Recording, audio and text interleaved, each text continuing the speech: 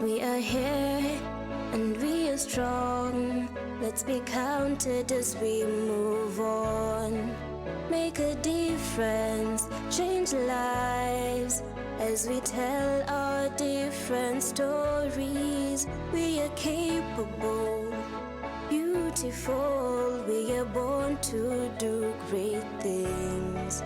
We're unstoppable, incredible, 'cause we're differently abled, differently. It's the little things that we do consistently that eventually make change. Today, we focus on individuals who are thirsty to make change in their own small ways. Welcome to the show. I am your host, Jane Theory, and this is Able Differently. 'Cause we're differently abled, differently. Experience is the best teacher, and Boniface Makumbi takes this seriously as he wants to better the lives of those who come after him. Take a look at his story. Boniface Makumbi, who is the last born in a family of 3, was born in Lakamba location in Makueni County in 1994 with albinism. My name is Boniface Mutinda Makumbi. I come from Makueni County. I was born in 1994 in a place known as Ngukuni, Kalamba location. I come from a family of 3, and I'm the last born. And of the 3, I'm the only one with the albinism. When he came of age, he started making inquiries on what his condition was, and this led him to the PCEA hospital to get more answers that were bedeviling his mind. Yeah, I've already said that we are also affected by short-sightedness.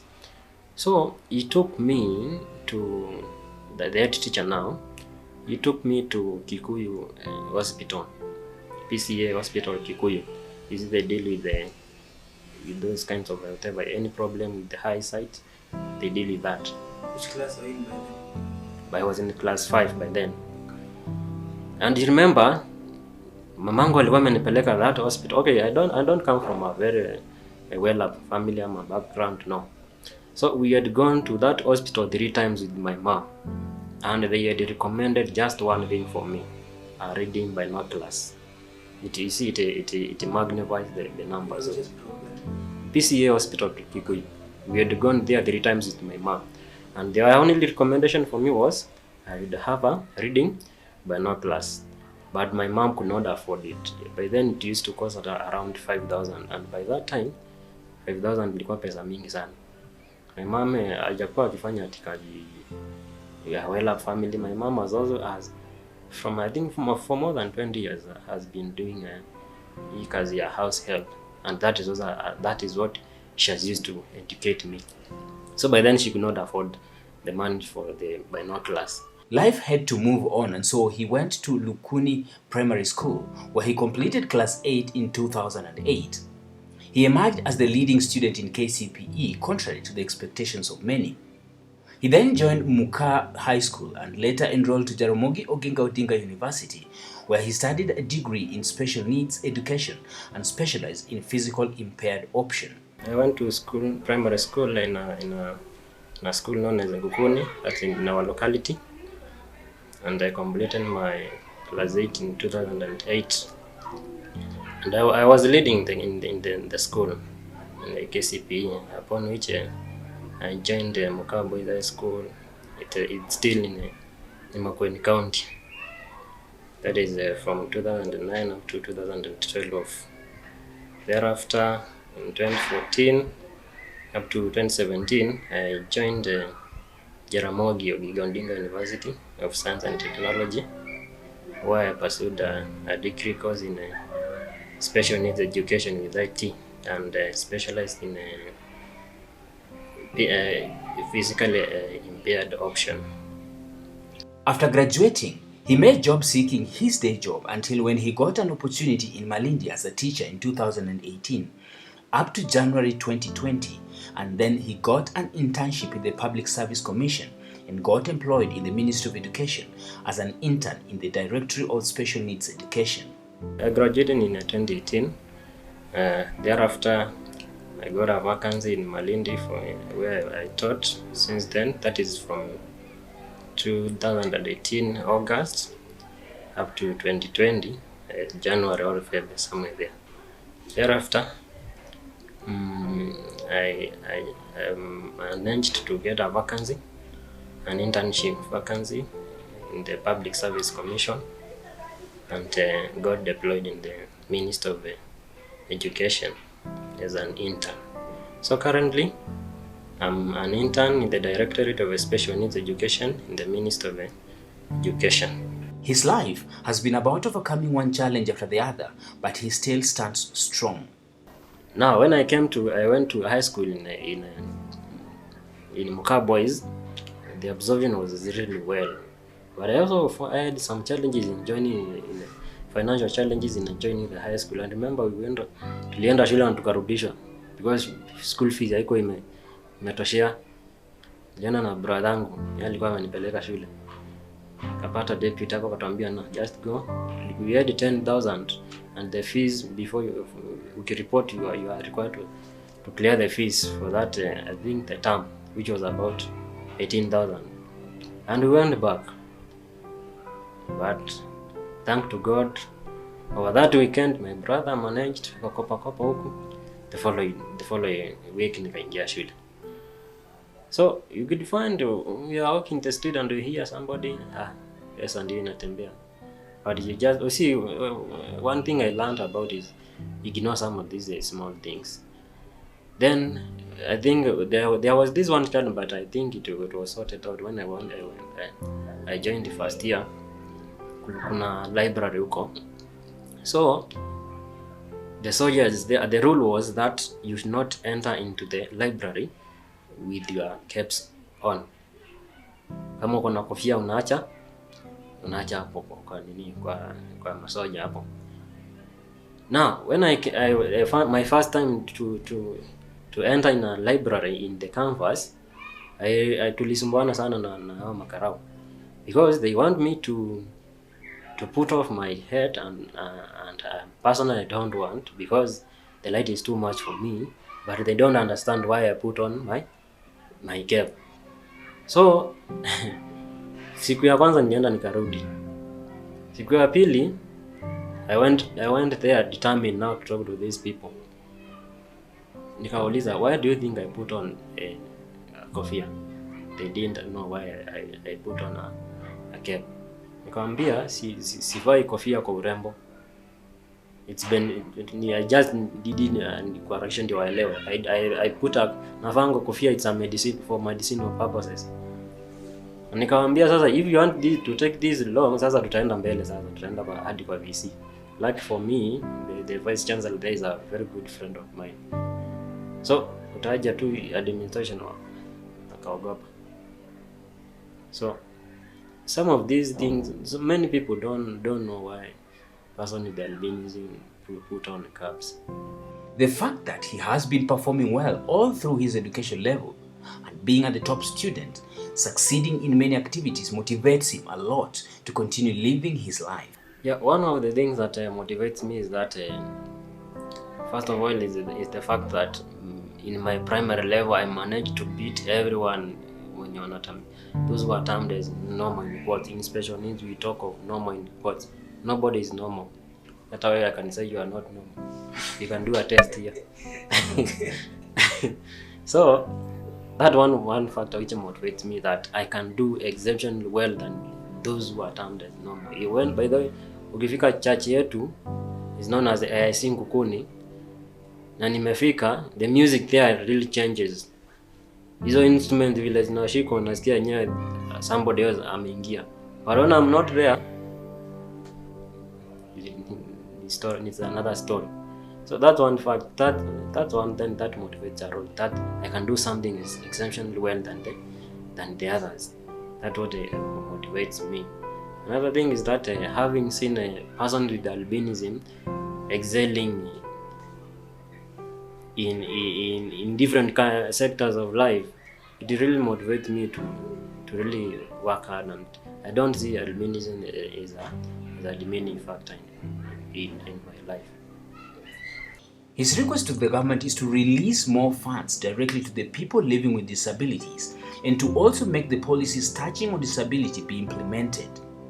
We have so many policies advocating for the rights in Kenya. We have so many policies advocating for the rights of persons with disability in this country, but they haven't been fully implemented. Recently, we heard of the Chief Justice say that the president should dissolve the parliament simply because it has not implemented the 1/3 gender rule? Yes. So the policies are there, but the implementations is not a comparison. So what I can urge, if I was to meet the president, every policy touching on matters of disability, may he make it possible that the policies are implemented. In Kenya, we have policies. The problem is implementing them. So that's what I think I can say. I can tell the president. His advice to those living with disabilities is to accept the reality and go on with their lives and also pray to God. Once you accept that you have that condition, everything else just becomes smooth for you. Otherwise, if you have not accepted your condition and that it cannot change, then you live a very tough life. Utaishi tu unajichukia and you'll never explore your potential, by the way. So what I can say to any person with the disability is that accept yourself first. That is all. Once you accept yourself, now exploit your potential. There is that one thing that God has given you that you are best in. Exploit that and life becomes simple for you. Otherwise, if you want people to sympathize with you, hey, this is Kenya.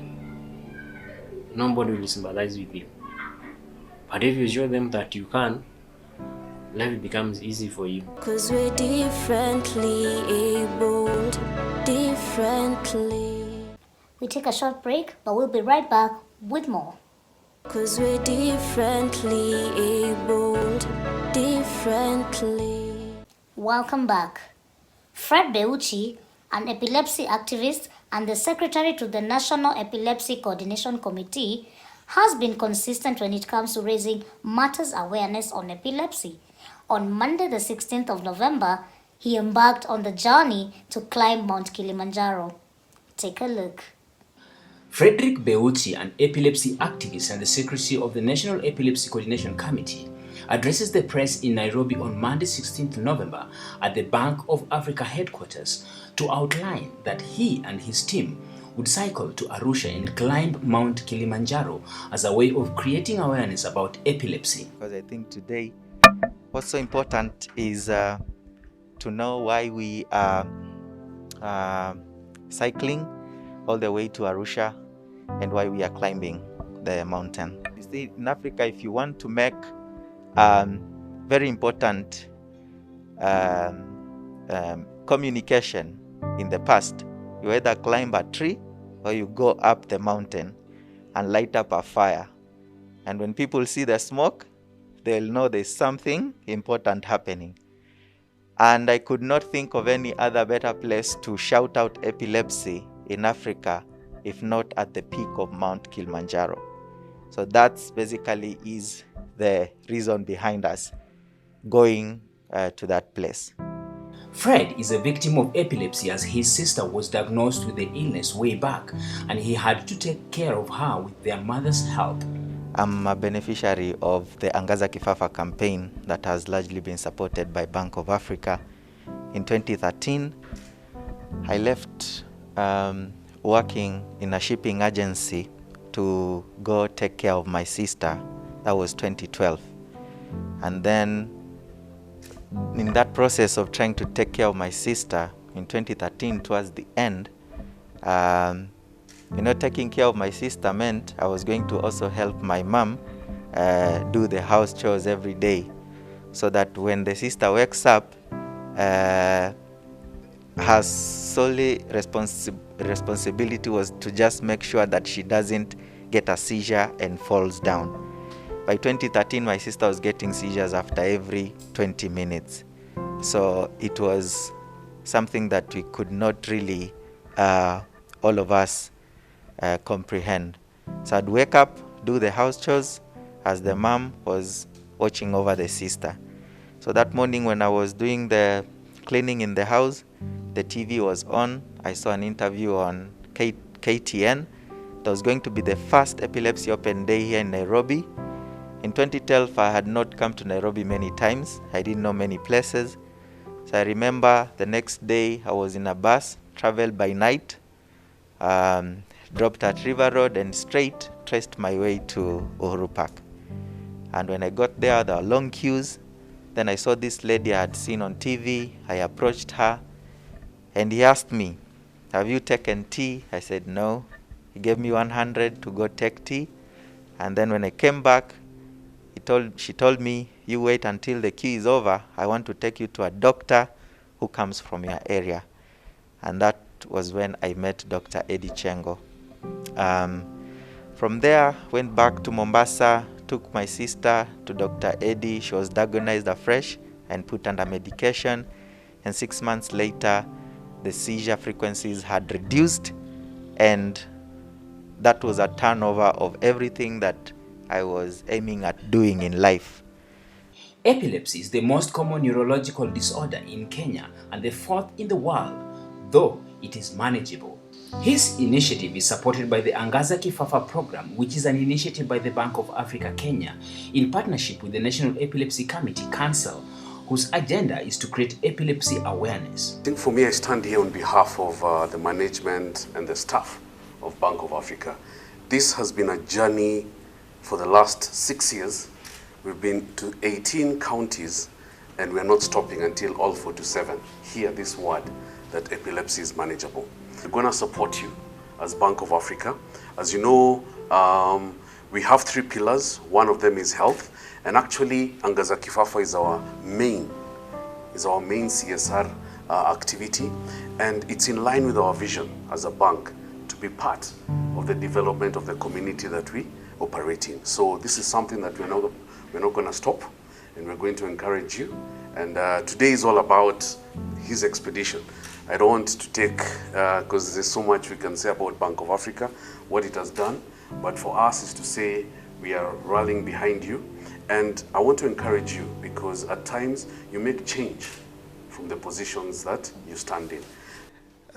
This is a very good opportunity, I think, for all of us. One, to support those who are riding and those who are climbing Mount Kilimanjaro. It's a huge challenge, of course, but there is something in it. There's something we need to pass the message out there and people to get it right, that epilepsy is manageable. National Epilepsy Coordination Committee is an umbrella organization that has come together to create awareness about epilepsy. The program so far has covered quite a number of counties and plans to do even more. Beauty's first expedition, a walk from Nairobi to Mombasa, was in 2018. I became active now in creating awareness in schools. In 2015, I had an opportunity now to be co-opted at the NECC board to just help in giving ideas about how we could do awareness. And then in 2018, I decided to take a challenge of walking from Nairobi to Mombasa. A crazy idea, I think Daktari has just mentioned it, of how it was received. My mom right now is a close friend to Dr. Eddie, and I remember I didn't want to tell her that I was walking, but a week to my walking, there was a story on media already, on Standard newspaper. So she was able to see that. She doubted if it was the son doing it. She called Daktari, and Daktari confirmed. And NECC board had to call for a meeting to just be sure if I am okay here. But I was so set up for the same, and we did it. It was tough. 12 days on the road, made stops, met so many people. But again, the media was so impactful in trying to get the message out there. We reached out to over 2 million people with information, and supported up to 100 children to just get access to medication. And that was so fulfilling. He now plans to go on epilepsy awareness expedition after every 2 years, with his biggest hope being to participate in the Boston Marathon. I want to do expeditions after every 2 years until I'm 50. So I have 2 more to go. Okay. Not 2 more to go, really. I still have a couple to go until I'm 50. I mean, that's the long-term plan, because I see the conversation has to keep going, and there's need to have consistency in making sure that epilepsy awareness is progressive as we move along. I'll be running at the Boston Marathon in 2022 for epilepsy awareness. Yeah, so if you want to join me now, you have 2 years to begin to prepare. The Kilimanjaro one, we've taken a year and a half to prepare. So marathon is a whole other thing. So you are so much welcomed. 'Cause we're differently abled, differently. We wish Beuchi all the best and keep it able differently to find out how it went down in Arusha. Let's take a look at the UN Convention on the Rights of Persons with Disabilities. Article 6 of the UN Convention states that state parties recognize that women and girls with disabilities are subject to multiple discrimination, and in this regard shall take measures to ensure the full and equal enjoyment by them of all human rights and fundamental freedoms. On the tip of the day, we focus on people who have seizures. Now, when someone falls due to seizure, make sure the head is protected and wait until the seizure ends, because there's nothing you can do at that particular moment. Before we end the show, I'd like to thank our viewers for keeping it able differently. On that note, I have been nominated for Kalasha Awards 2020 under the category Best Host in TV Show. Now let's bring the win home by voting for me. That's all we had for you today. See you again next week. I am Jane Theory. Goodbye.